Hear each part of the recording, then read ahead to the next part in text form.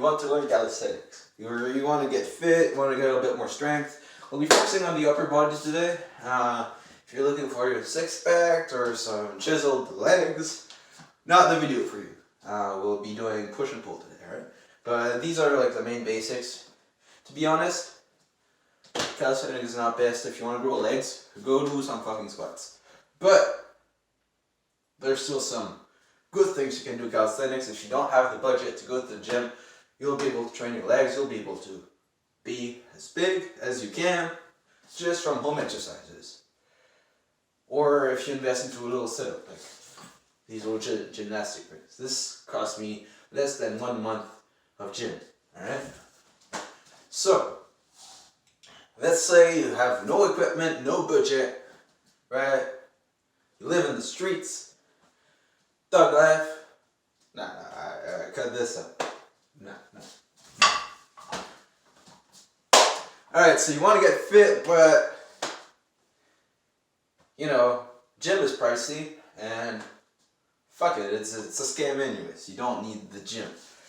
You can do this at home, alright? We'll be talking about the upper body today, by the way. If you want to train your legs or abs, check out the other video, which I'll be posting, I don't know, sometime, alright? But it'll be there. If you're watching this and it's been like a month since I posted this, there's probably a leg video somewhere on the channel. But, upper body, right? You want to get the chest, these arms, the back, right? Back's going to be a little hard if you don't have any equipment, but you can get started at home with just like a tabletop or something. Right? We'll start with the easiest thing, simplest thing. You need to be doing your push-ups. I've had some of you tell me that you can't do a single push-up. That's alright. I'm going to show you how you can get your first push-up today. We'll also be discussing how to train your entire upper body, right? So we'll go from grip strength to back strength, pecs, shoulders, triceps, biceps. Grip strength is forearms, by the way, right? And there's a little bit more you can do as well, right? Really your forearms will grow if you do pull-ups. Like, you're training your grip. You're holding on to your whole weight. Holding on to 60 kilos or 150 pounds, right? It's a lot of weight to be holding for like a minute. But, alright, let's say you're 40 kilos. Man, I started in calisthenics, I was like 130. I leaned out to like 115. I was like 5% body fat. Cue the picture here. Nah, I'm too lazy to edit. Alright, well, just imagine like a scrawny little kid with the 10-pack. That was me, right? And turned vegan. That helped me put some mass on. Now, 150 pounds. Not as shredded, right? Still got these little curves. My scale says I'm about 14% body fat. I don't have a six-pack because I don't train as much. But it's starting to get there because I've been including it a bit more in my workout. It wasn't my goal, right? I wanted strength. But let's get to it. Start with your first push-up. Now a lot of you might want to skip this, right? Skip like a minute forward if you already can do your push-up. But for y'all that can't do your push-up or you're like under 5 push-ups, a lot of people will tell you to do push-ups on your knees, right? But it just feels weird, and you're not going to be able to build your strength as efficiently as if you do this variation, right? Just similar, right? You go up on your knees, but you want to get on your toes. On the way down, you control your weight, hold, put your knees, press up, go down slowly. You might want to hold at 90 degrees if you can. Count to 5, go down, on your knees, go back up. Why do you want to do it this way? Because you're able to put on a lot more charge on your arms. And this will translate into a lot more strength. than just doing the knee push-up, right? It's important to be controlled in our movements, right? So go slowly, pause mid-rep, so that you build this isometric strength. There's three levels to your motion, right? There's the concentric. Probably shouldn't be using these words because I'm not certain about them, but there's basically what we call the negative, which is doing the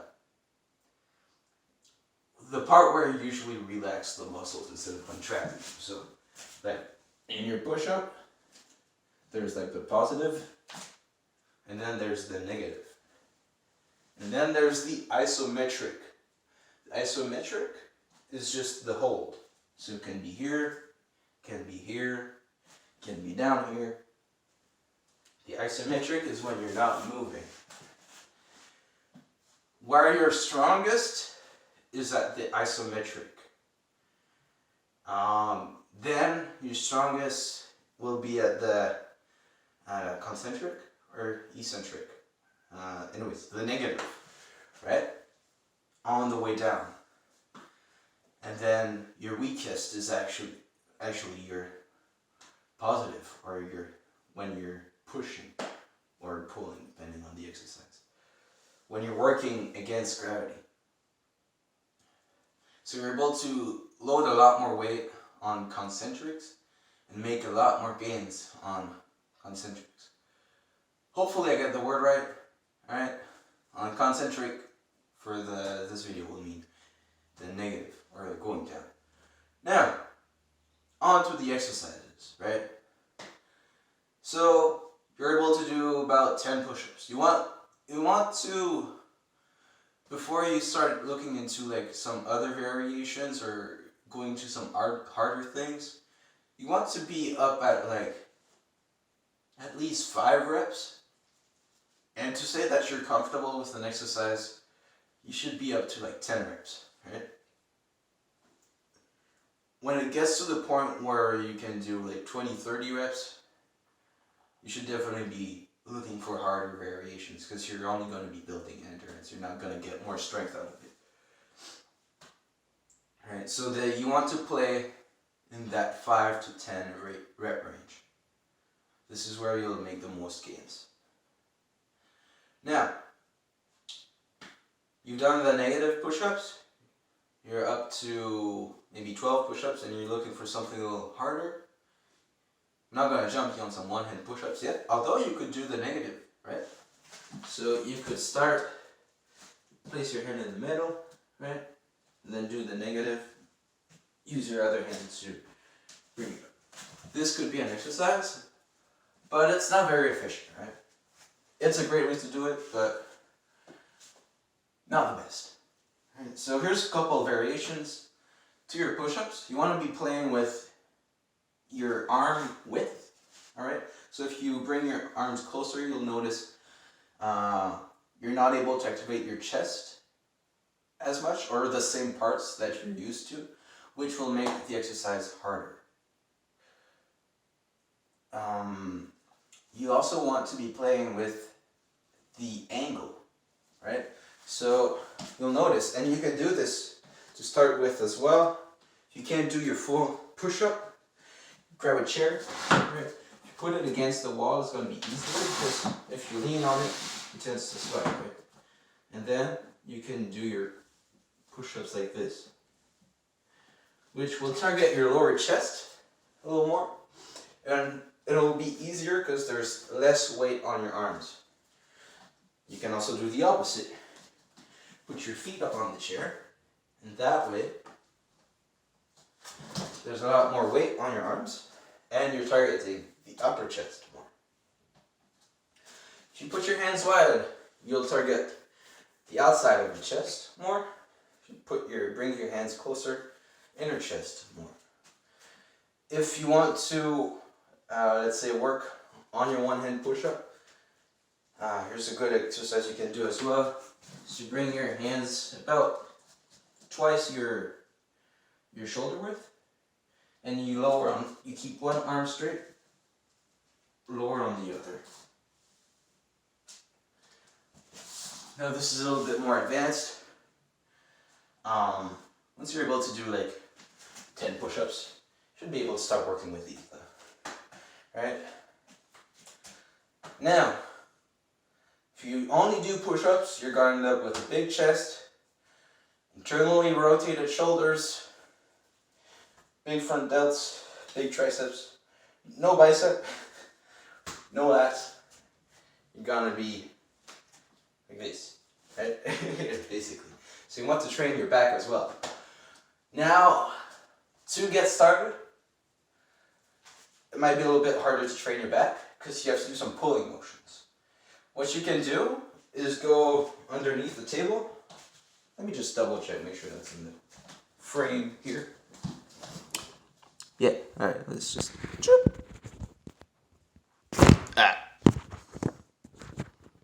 Choop, choop. Bear with me here. Alright, so to train your back, you can go under a table. Alright, make sure it doesn't fall on you. And you can train your back this way. So, you put your feet on the ground, you pull with your arms, and push with your hips up, straight on the body. You can do this with straight legs. Bent legs will be easier at the start, because there's a lot less weight on your back. When this gets easy, straight legs, and again, like the push-ups, you can work on different variations with your hands. So you can do closer hands, wider hands, right? This should help you build a good foundation on your back. Eventually, you want to be moving towards some pull-ups. I'd recommend you invest into a pair of rings. It's only about, I got these for $25 Canadian, you know, it's fairly cheap. Comes with good straps. If you don't know where to find any, I'll hit you up with an Amazon link, no problem. Alright? But, you can build a good foundation with everything you've got at home for the moment. Let me show you two more things, alright? I'll pause this and grab some chairs. Alright, we got chairs. So, to train your back, the table thing is sketchy. You can grab a broomstick or any dowel, put it on the back of 2 chairs, and do it that way. So, you can go like this.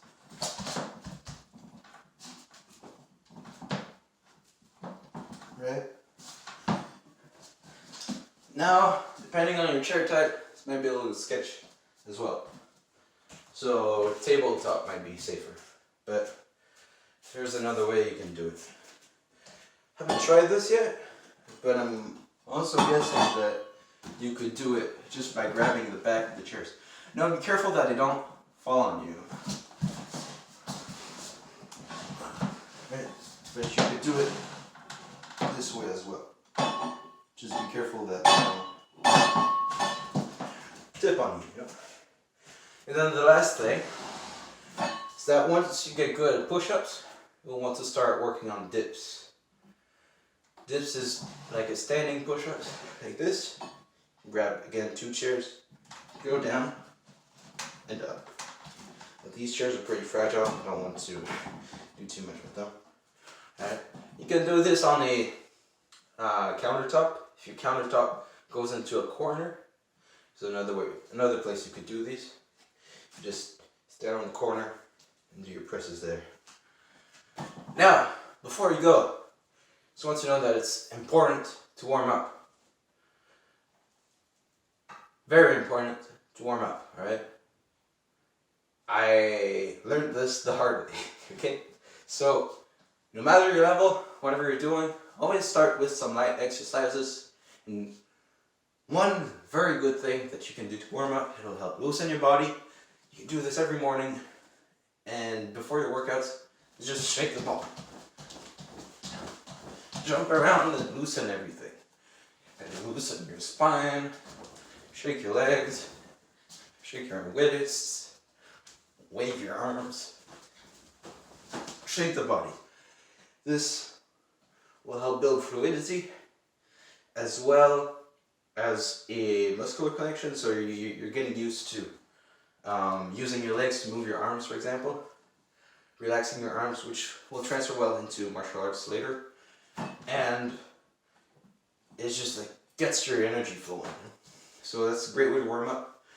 Another good thing I like to do is to do circles with every part of my body. We'll have another episode just on warming up because that's an episode of its own. But yeah, just make sure, move around, get some blood flowing before you head into your exercises, especially if you're going to do some difficult stuff that you're doing under 5 reps. Very important to warm up, right? That'll be it for today. Peace, y'all. Hope y'all got some value out of this. Drop your comments, questions, anything you got for me down below. It'll be a pleasure to answer them. And enjoy your training, alright? Peace.